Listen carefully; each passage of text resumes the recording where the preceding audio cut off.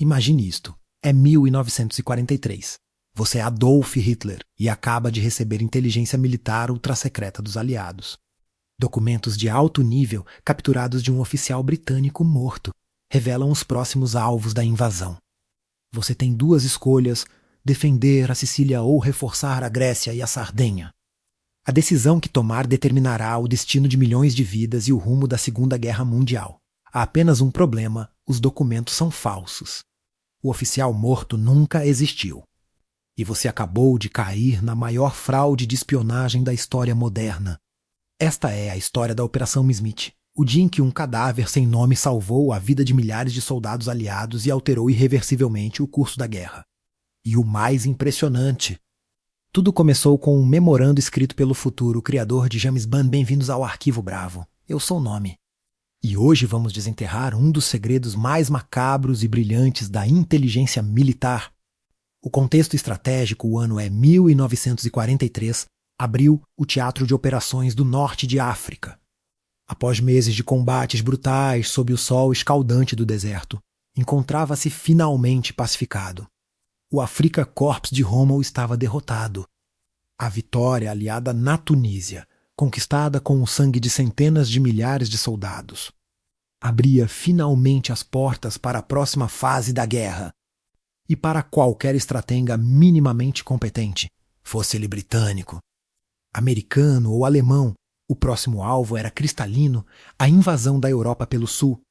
A questão não era-se, mas onde e quando. A Sicília, alvo óbvio demais, a Sicília não era apenas o trampolim geográfico mais natural. Era uma necessidade estratégica por múltiplas razões, geograficamente situada a apenas 150 quilômetros da costa tunisina. A ilha era a ponte literal entre África e Europa. Qualquer criança com um mapa conseguiria identificar como o próximo passo lógico. Militarmente, a Sicília controlava as rotas marítimas vitais do Mediterrâneo. Quem controlasse a ilha controlava o fluxo de abastecimentos do eixo para o norte de África e podia ameaçar diretamente o sul da Itália. Politicamente, a ilha representava o coração simbólico do regime fascista de Mussolini. A sua queda não seria apenas uma derrota militar, seria um golpe psicológico devastador para a moral italiana e para a aliança do eixo taticamente. As praias sicilianas ofereciam pontos de desembarque relativamente acessíveis, e a proximidade com bases aéreas aliadas no norte de África permitia cobertura aérea constante. O problema fatal, mas havia um problema mortal: os alemães sabiam tudo isto tão bem quanto os aliados. O alto comando da Wehrmacht não eram amadores. Eram estrategas experientes, endurecidos por anos de campanha militar na Europa Oriental e África.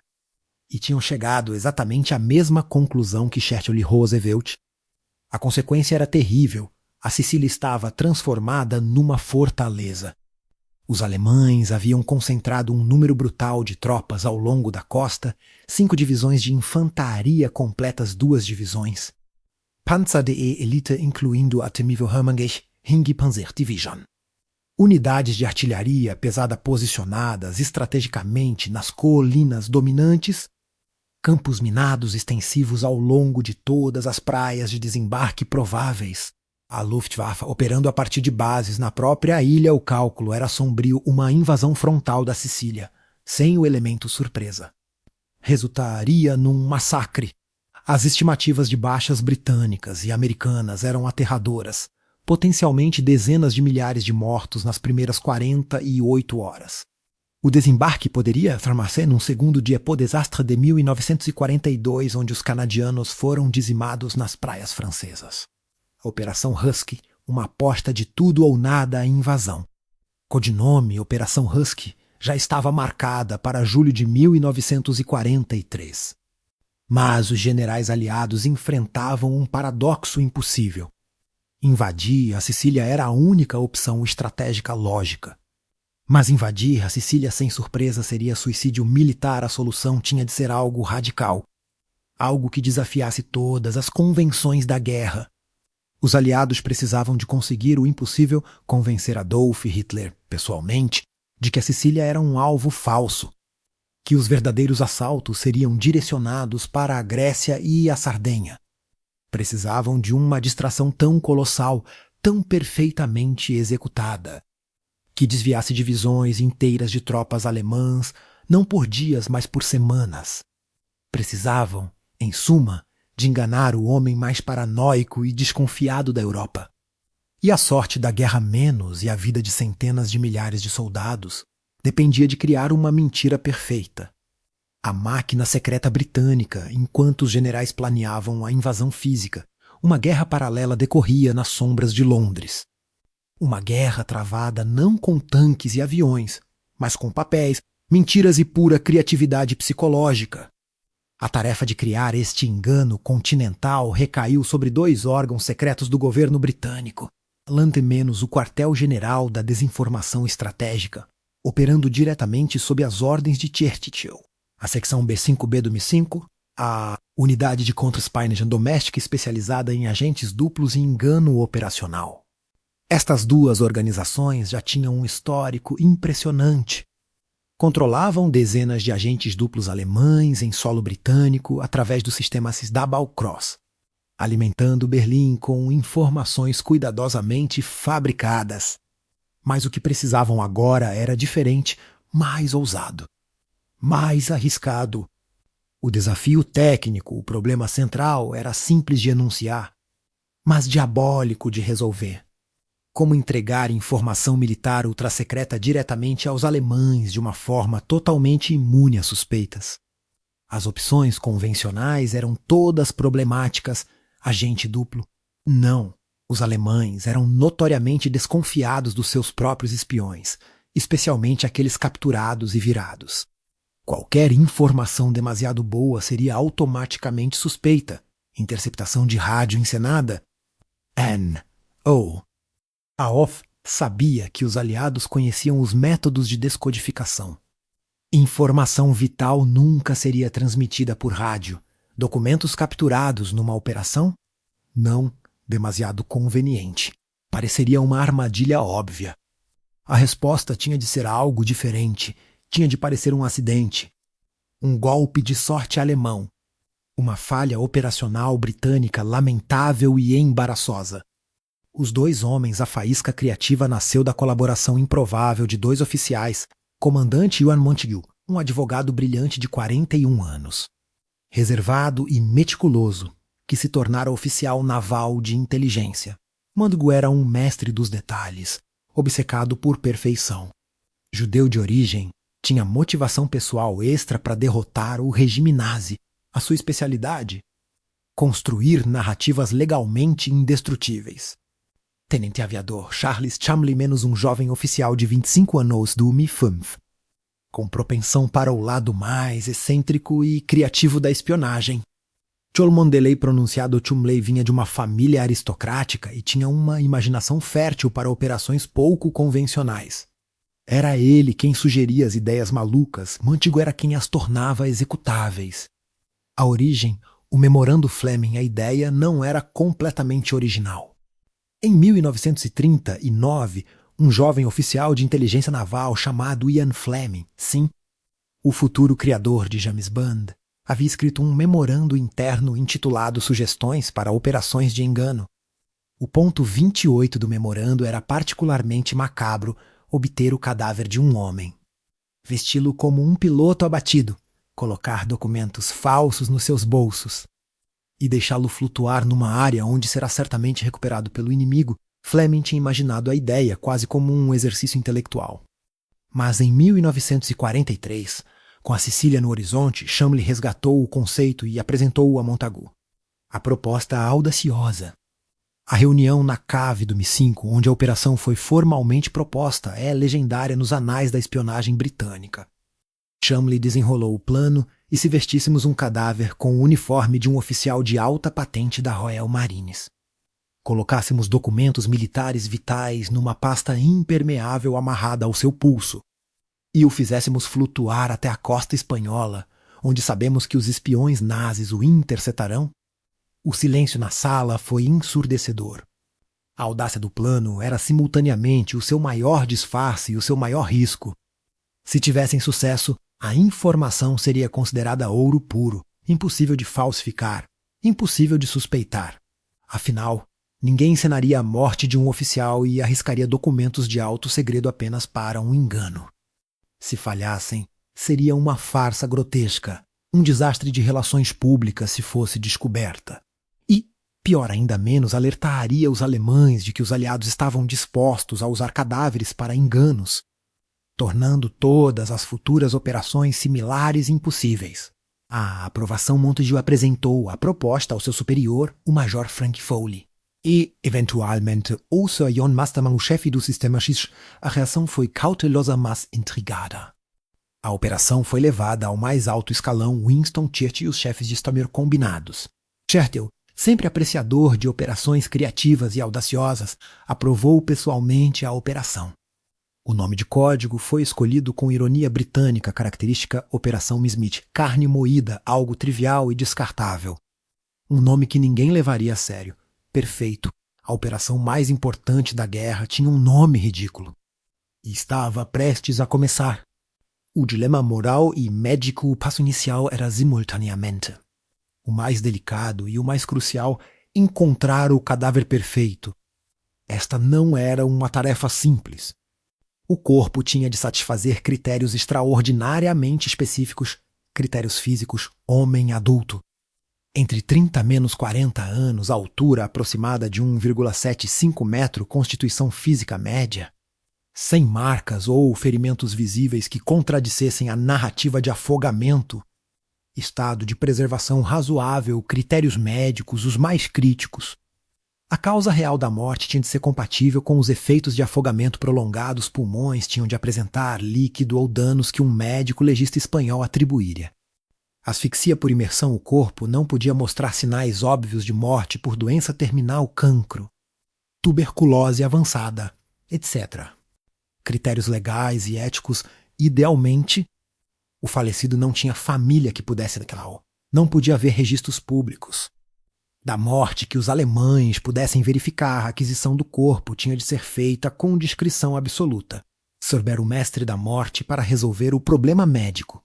Montagu recorreu ao homem mais qualificado da Grabretzel Bernard Spilsbury, o patologista forense mais famoso do país. Spilsbury era uma lenda viva.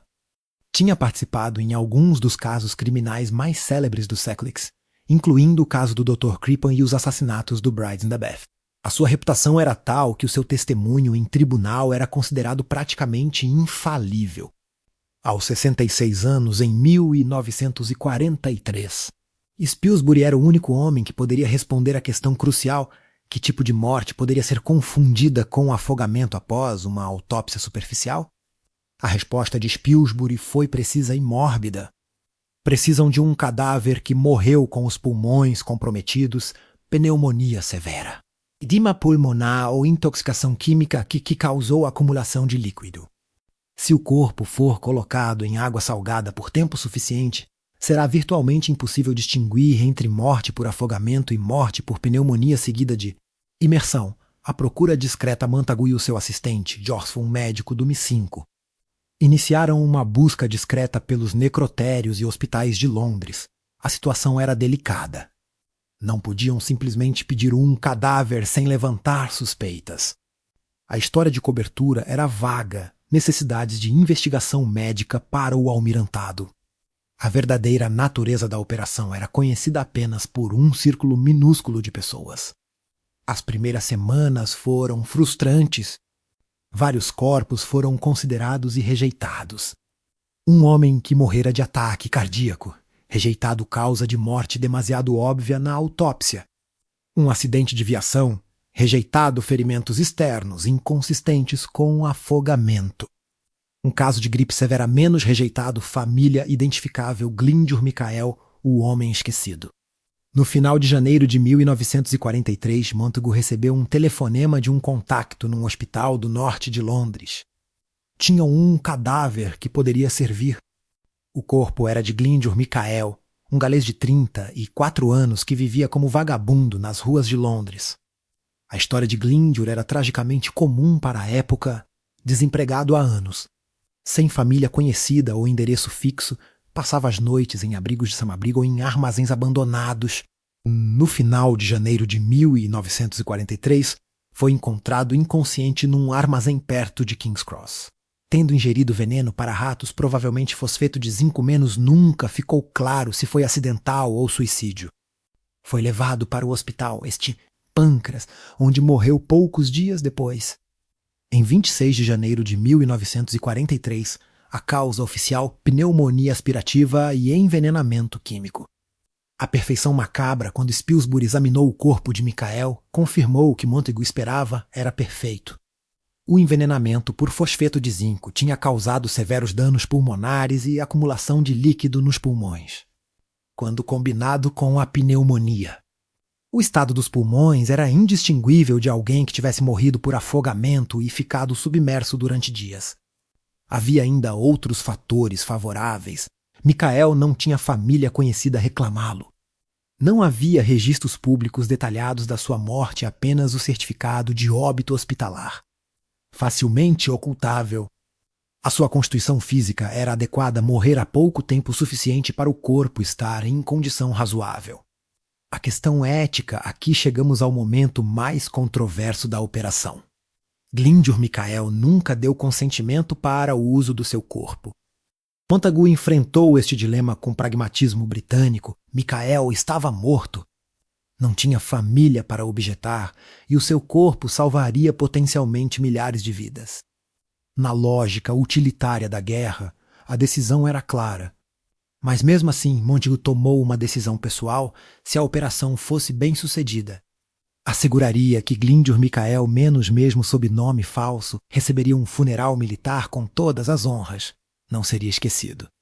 Não seria apenas carne moída. A aquisição e preservação. O corpo foi oficialmente entregue ao almirantado sob documentação falsificada que indicava tratar-se de material biológico para investigação naval de urgência. O cadáver foi imediatamente transportado para uma instalação secreta e colocado em refrigeração profunda.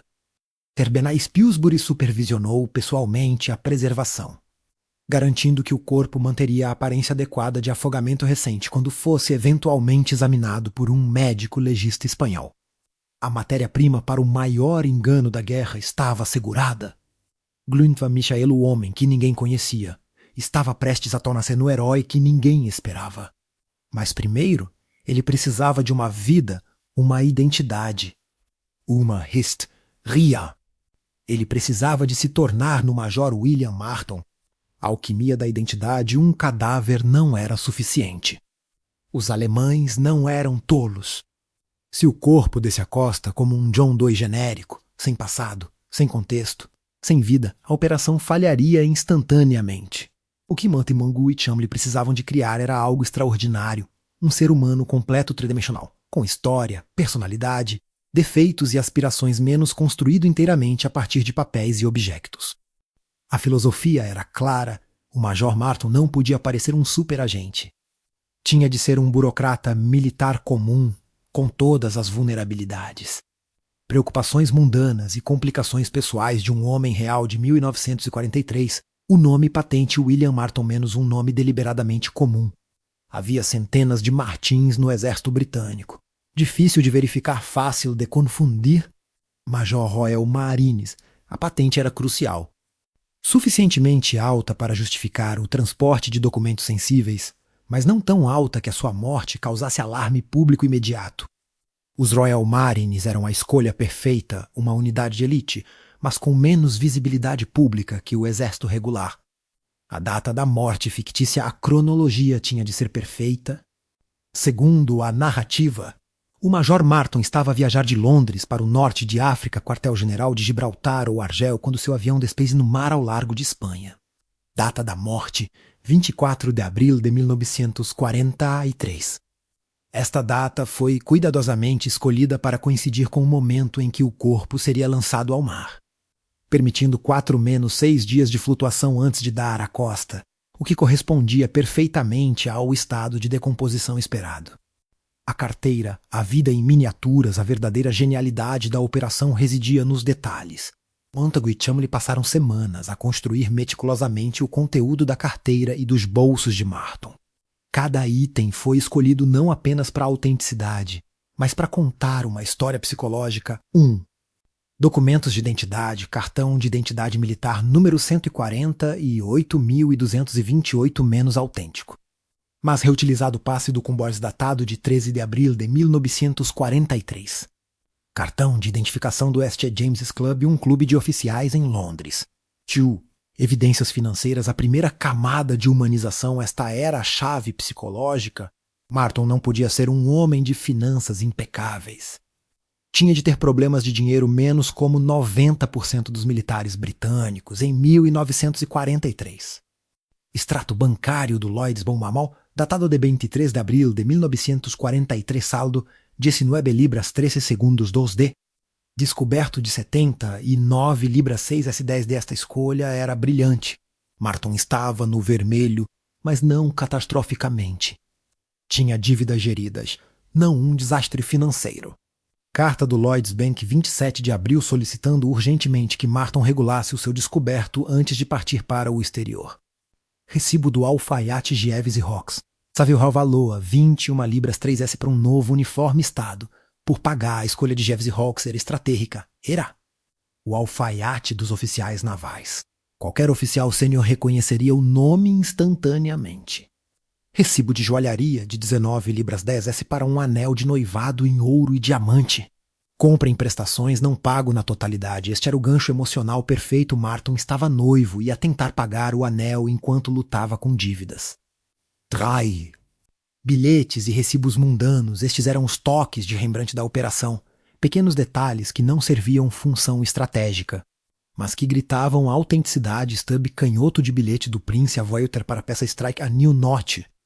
Datado de 22 de abril, escolhido porque a peça estava realmente em exibição nessa data.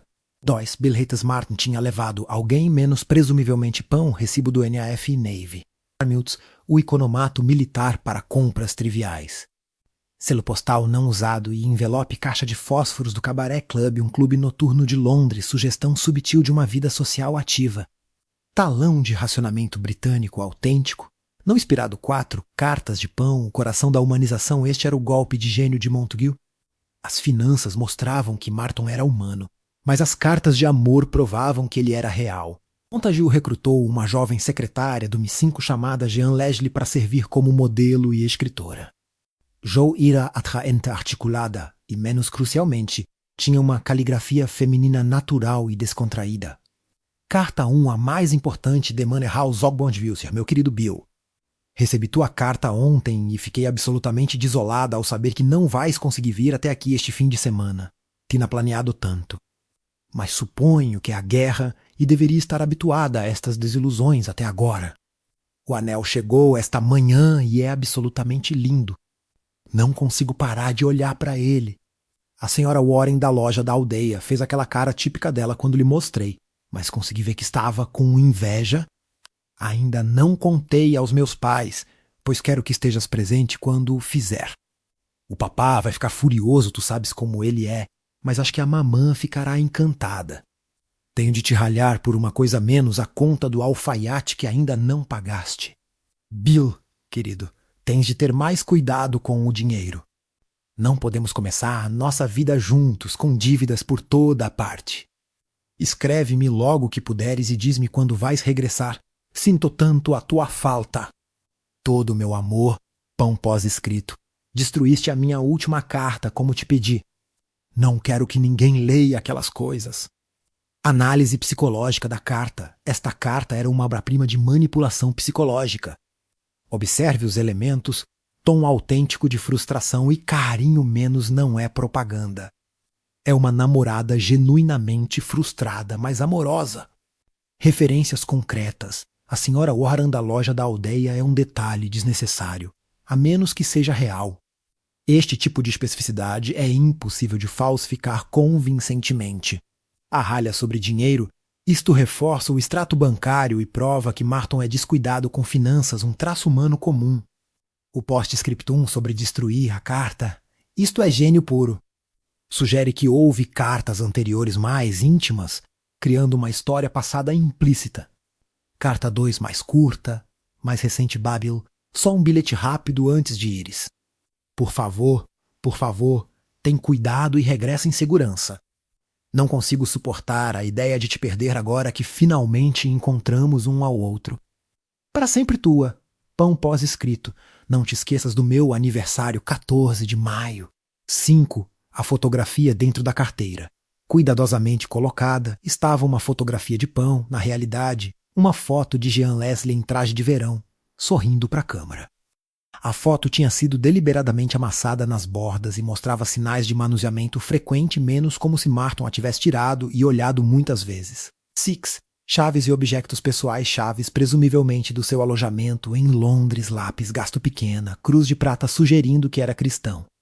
Lenço de bolso com as iniciais WM, o uniforme. O uniforme completo de major dos Royal Marines foi obtido através de canais oficiais, mas envelhecido artificialmente para parecer usado. Incluía túnica de serviço com as insígnias corretas, calça, cinto com fivela dos Royal Marines, camisola interior do tipo naval, botas militares gastas nos sítios certos. Sobretudo Burberry, marca de luxo que um major poderia ter, colete salva-vidas My West. Crucial para a narrativa de acidente aéreo, a pasta impermeável e a corrente, o elemento mais importante, uma pasta de couro impermeável. Estilo mensageiro, presa ao corpo por uma corrente de latão fixada ao cinto. Esta configuração era estandarte para transporte de documentos militares sensíveis menos, mas Montague adicionou um detalhe extra: a corrente estava presa de forma que seria impossível remover sem desapertar o cinto, sugerindo que Martin estava desesperado para não perder os documentos mesmo em situação de emergência. A filosofia final, Montague resumiu a filosofia numa frase: não estamos a criar um espião. Estamos a criar um homem.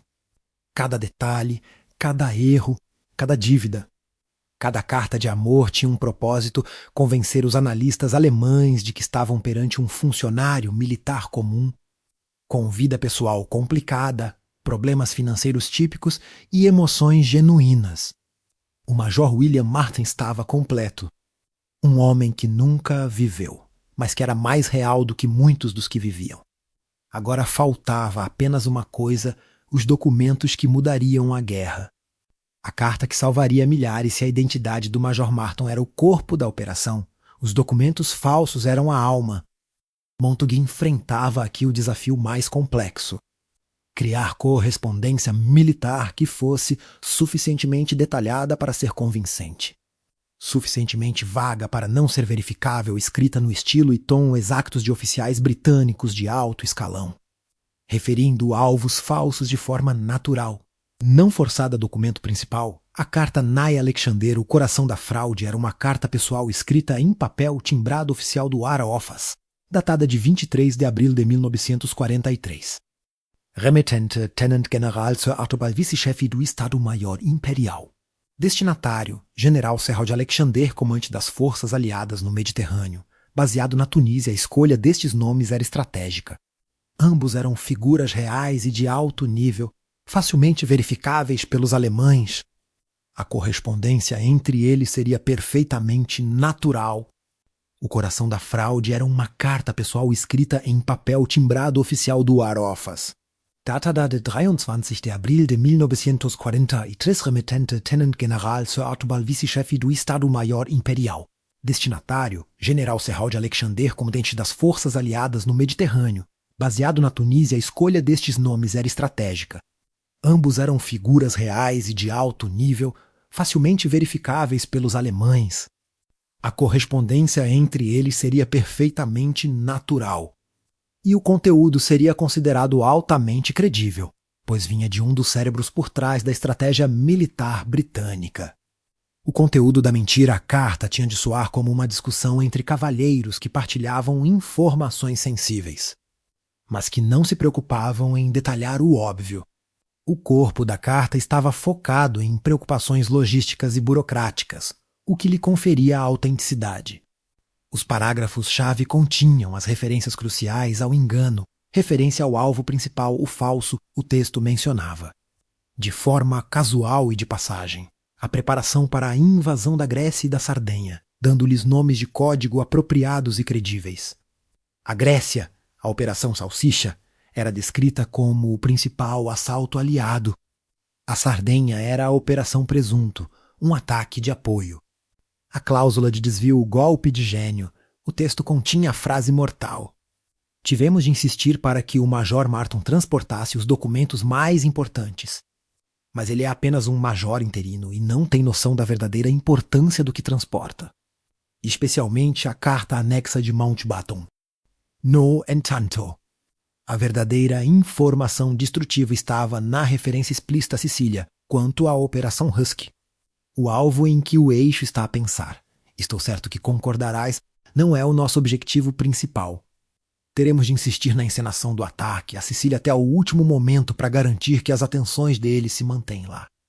Enquanto o verdadeiro ataque aos Balcãs forçado a ter sucesso. A prova da autenticidade o Vachevo Stodrobaldno reescreveu a carta 3 vezes. Até que Montagu estivesse satisfeito com o tom. O toque de gênio de Montagu foi a inclusão de uma referência a uma preocupação pessoal e a um detalhe trivial. O transporte de anchovas frescas para Alexander.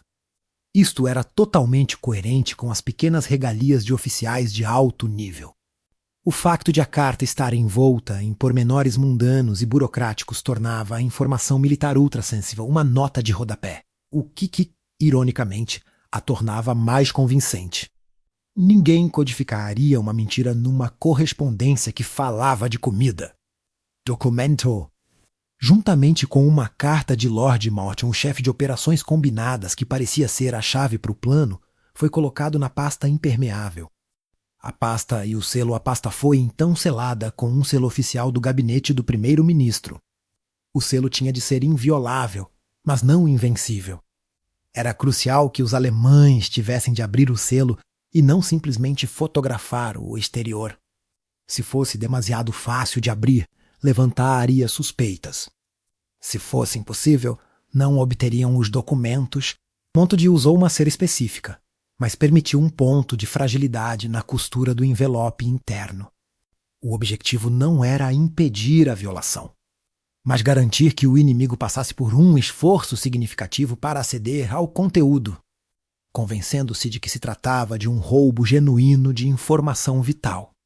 O Major Marton, o seu sobretudo, a pasta e a sua vida falsa estavam prontos. O lançamento, submarino e segredo corpo de Glyndwr Michael. Agora o Major William Marton foi colocado num contentor cilíndrico de aço, conhecido internamente como ATA, de torpedo, e mantido a uma temperatura de congelação constante de -4 graus Celsius. Esta etapa era crítica para garantir que o corpo permanecesse em perfeitas condições para uma autópsia. Em 29 de abril de 1943, sob o sigilo da noite, o ataúde foi transportado de Londres para Greenock, na Escócia, e secretamente embarcado no submarino de ataque HMS Sarof P219. O comandante do submarino, o tenente Bill Jewell, foi informado de que a sua missão ultrassecreta era transportar um equipamento meteorológico de alta sensibilidade e que o contentor não deveria ser aberto sob nenhuma circunstância. Apenas Jewell e a sua tripulação mais próxima tinham conhecimento da verdade macabra. Eles estavam a transportar um cadáver. A missão ao largo de Huelva, o Sarof navegou em silêncio ao longo da costa atlântica por vários dias. O destino era Huelva, no sudoeste da Espanha. Huelva era a escolha perfeita por 2 razões interligadas: correntes marítimas. A região tinha correntes que naturalmente levariam um corpo flutuante à costa. Ninho de espiões. Huelva era o lar de um dos mais ativos e bem financiados agentes da Abwehr inteligência alemã. Na Península Ibérica, Adolf Kloss, o codinome de Hans Adolf von Nesbeck, que se disfarçava de adido agrícola. Kloss era famoso por pagar generosamente a qualquer espanhol ou português que lhe trouxesse informação aliada, por mais insignificante que fosse. Na madrugada de 30 de abril de 1943, o HMS Sarof emergiu cautelosamente a cerca de 1,5 milha, aproximadamente 24 km da foz do rio Diel, ao largo de Huelva. O contentor foi trazido para a ponte. Jewell e 2 oficiais abriram o ataúde, vestiram o Major Martin com o colete salve-se e colocaram cuidadosamente a pasta de documentos, presa a corrente de latão à volta da sua cintura. As cartas de pão foram encharcadas em água salgada para parecerem usadas e o corpo foi cuidadosamente empurrado para o mar, para as correntes frias do Atlântico. O tenente Jules proferiu uma oração silenciosa pelo homem que nunca existiu.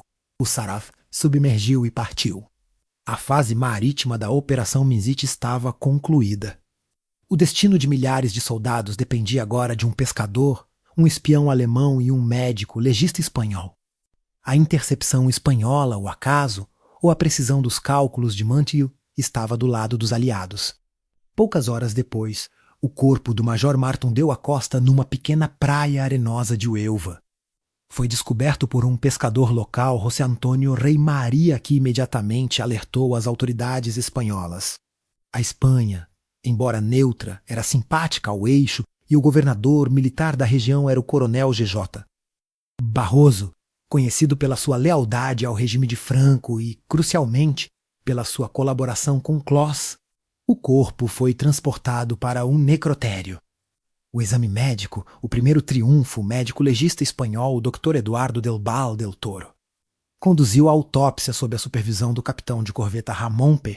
de Rueda. O relatório de Spilsbury revelou-se profético. A combinação do dano pulmonar, Priggen de Michael e a exposição à água salgada fez com que a condição dos seus pulmões e pele fosse totalmente consistente com o afogamento após vários dias no março. O Dr. Val del Toro concluiu a causa da morte como asfixia por imersão. O relatório oficial, que rapidamente chegou a Londres, foi o primeiro grande triunfo de Montagu. O Major Marton estava morto e o seu álibi médico era inabalável. A intervenção da Opver. O coronel Barroso informou o adido naval britânico em Madrid e o vice-cancel britânico em Huelva sobre o corpo, seguindo o protocolo diplomático. Mas antes que o corpo e os seus pertences pudessem ser formalmente entregues, Adolf Clos e o seu círculo de espiões entraram em ação. Clos sabia que qualquer oficial britânico morto na costa era uma oportunidade e pagou uma soma considerável a Barroso para ter acesso aos pertences do Major Marton. Clos tinha de ser rápido e discreto. A violação do envelope, a pasta impermeável, com o selo do gabinete do primeiro-ministro, foi levada secretamente para o quartel da Abwehr em Huelva, que operava sob a capa de uma empresa mineira alemã. O desafio era abrir a carta sem deixar vestígios. Os alemães tentaram primeiro à força, mas rapidamente perceberam que era impossível. Depois, optaram por um método mais subtil. A equipa de Clos usou um instrumento de metal fino, provavelmente uma pinça cirúrgica ou um fórceps e, com extrema precisão, violou o envelope pelo topo, onde a costura da cola era mais fraca, a zona que Montagu tinha deliberadamente enfraquecido. O documento interno, a carta de Ney para Alexander, foi cuidadosamente extraído. Fotografado com uma câmara Leica de alta resolução, e microfilmes do texto foram feitos. A carta foi então reinserida, e o envelope foi selado novamente com uma cola e um selo falsificados que imitavam o original britânico. A operação de Clos foi concluída em menos de 48 horas. A devolução do engano, o corpo e os seus pertences, incluindo a pasta agora violada e novamente selada, foram formalmente entregues ao vice-cancel britânico em Huelva. A 13 de maio, o vice-cancel enviou a pasta de volta a Londres. A equipa de Montagu esperava ansiosamente. Quando a pasta chegou, Montagu e os seus especialistas forenses examinaram o selo sob lentes de aumento e lâmpadas UVA. Violação era notável. A cera não tinha textura nem a composição química do selo original britânico. E havia marcas minúsculas no papel. O selo exterior estava impecável. O selo interior contendo a carta tinha sido substituído por uma cópia grosseira. O Major Marton tinha cumprido a sua missão, o seu corpo tinha assegurado a entrega dos documentos. E o seu passado fictício tinha justificado a sua autenticidade. A reação alemã, o Major Marton vai para Berlim, o alvo final da Operação Smith não era a Abwehr, a inteligência militar, mas Adolf Hitler e o alto comando da Oberkommando da Wehrmacht KW. Os microfilmes da carta falsificada de Ney para Alexander foram transportados com urgência para Berlim. A central de análise da Abwehr e do KW iniciou imediatamente uma análise forense e psicológica exaustiva. A inteligência alemã, os céticos liderados pelo almirante Canaris-chefe da Abwehr, Canaris era um velho cínico, argumentou que a morte era demasiado conveniente e que o documento era demasiado limpo, expressou receio de que fosse um engano. Os crentes, a maioria dos analistas, Estes foram convencidos pelo toque humano. A ausência de falhas técnicas na identidade do Major Martin, as cartas de pão, os recibos de alfaiate por pagar e o extrato bancário, o homem tinha dívidas. Convenceram-nos de que ele era genuíno. A conclusão era que se os britânicos estivessem a tentar enganar, teriam inventado um herói perfeito, não um homem com problemas financeiros. O pormenor trivial das anchovas também foi crucial. Parecia informação militar privada, não propaganda. Veredicto. O relatório final da Abwehr sobre o Major Martin foi categórico e devastador para a estratégia defensiva alemã. A identidade do Major Martin é totalmente autêntica. A informação contida na carta à Operação Salsicha menos Grécia e Operação Presunto, Sardenha, deve ser considerada de alta prioridade e incontestável. O documento foi marcado como GM. Kommandosache, assunto secreto de comando. O preconceito de Hitler, o relatório da Abwehr chegou à Führerhauptquartier, quartel-general do Führer. A decisão final recairia sobre Adolf Hitler, um líder notório pela sua teimosia e desconfiança de seus próprios generais. A Operação Mesmit funcionou não só porque a mentira era boa, mas porque apelava diretamente aos preconceitos estratégicos de Hitler. Desde 1941, o Führer estava obcecado com a ideia de que os Balcãs e a Grécia eram o flanco fraco da Europa. Ele estava convencido de que os aliados, como na Primeira Guerra Mundial, atacariam pela Península Balcânica para atingir o petróleo romeno. A carta de Ney confirmava o seu instinto. Ele via a Sicília como um alvo óbvio demais, uma armadilha. A carta, que chamava a Sicília de alvo falso, ressoava com a sua paranoia. A ordem final e irrefutável a 12 de maio de 1943. Hitler assinou a diretiva do Führer 51 menos a prova final e irrefutável do sucesso total da Mesmit. Esta diretiva ordenava todas as medidas defensivas na Sicília devem ser vistas como de menor importância. O foco principal é evitar a invasão na Grécia e na Sardenha. O ataque na Sicília é uma finta. Transferir imediatamente 3 divisões Panzer e 6 divisões de infantaria para a Grécia e a Sardenha. Especificamente, a temível Hermann G. Hing Panzer Division foi transferida da Sicília para a Calábria. E várias unidades de artilharia pesada e logística foram desviadas para a Península Balcânica. Nenhuma divisão alemã ou tanque foi enviado de volta para a Sicília antes do desembarque aliado. O resultado estratégico, a 10 de julho de 1943, a Operação Husky começou. O desembarque aliado na Sicília, a maior operação anfíbia da guerra até então envolvendo mais de 160. 000 homens no primeiro dia, não encontrou a resistência que se temia. As praias e as defesas críticas que deveriam ter sido guardadas pela artilharia pesada alemã estavam perigosamente despidas. Os alemães estavam na Grécia à espera de um ataque que nunca viria. A Operação Mesmit tinha limpado o caminho.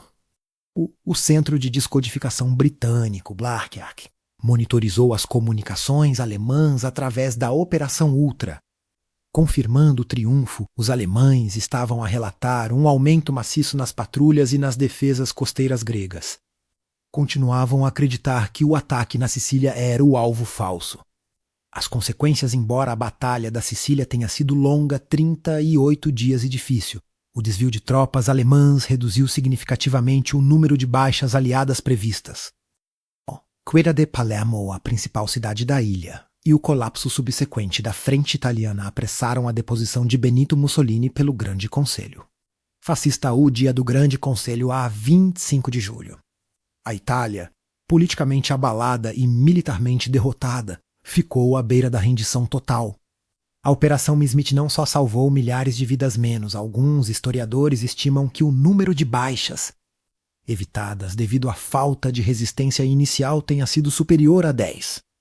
000 menos, como também acelerou a queda do primeiro dos parceiros do eixo, a homenagem final ao Major William Martin. O homem que nunca viveu foi enterrado com todas as honras militares a 4 de maio de 1943. No cemitério de Uelva, com a inscrição na sua lápide Major William Martin. Arim morreu a 24 de abril de 1943, amado filho e irmão.